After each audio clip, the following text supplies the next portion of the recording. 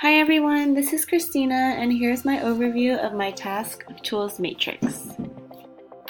My design strategies for reading, writing, math, history, and science are UBD, backwards planning, big idea, essential questions, self-assessment, and transfer knowledge.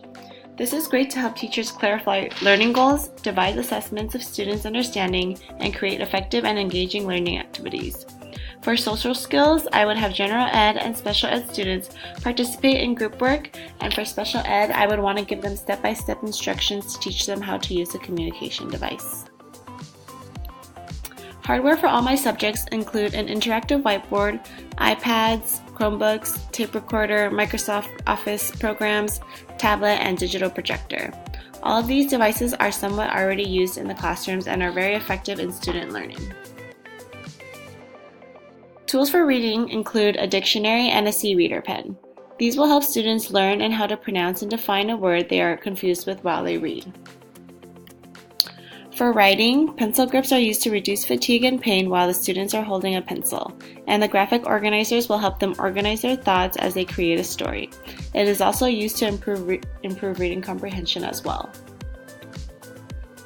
Students can use math manipulatives to help them gain conceptual understanding, and a graphic calculator is a tool students can use when they need to check their work. For history, encyclopedias carry a vast amount of information about everything, and virtual field trips will allow the students to become more engaged and excited about a topic. An app called iCell will show students 3D cell structures, and another app called Frog Dissection will allow students to participate in a virtual dissection of a frog.